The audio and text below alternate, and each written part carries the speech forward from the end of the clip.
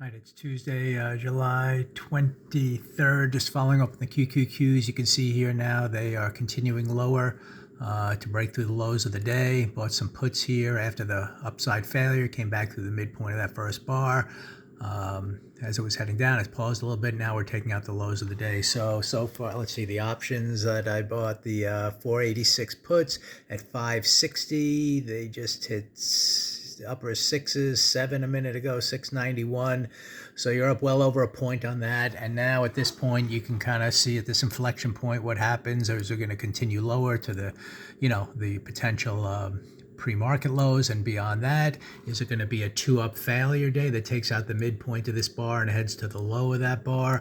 My context for the trade, as discussed in the previous video, is that we're holding kind of the midpoint of the prior red week. I think some point we're going to test the lows of that week. This week, the first 2 days started up a little bit, but could easily roll over by the end of the week and get there. So until that changes, I'm expecting that. We'll see if that, how that changes. Yesterday was kind of above the midpoint of the prior day, headed up. There was a little bit of a failure yesterday, to take out or get to the high of the day and start back down.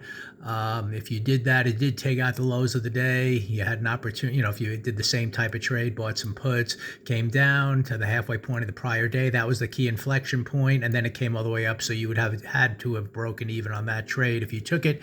Today, we're getting the same type of thing where we're testing the liquidity on the upside first, coming back down through the range. So, at this point, if it fails and can't come down, then you might have to break even on this trade as well. But, overall, until conditions change, I'm expecting that low to be tested. So we'll give it shots to the downside. So it's a no risk right now. You can scale out, set up a no risk trade.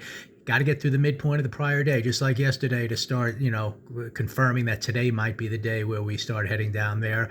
And there was that failure at the liquidity highs to, kind of get you in. So we'll see if it heads lower. It took out the lows of the day. Obvious pause. It's an inflection area. We'll see what happens. As long as it can't really rally strongly like yesterday, then expect kind of a pause here and continuation lower. So we'll see what happens. Kind of at no risk right now, as we have puts on the QQQ.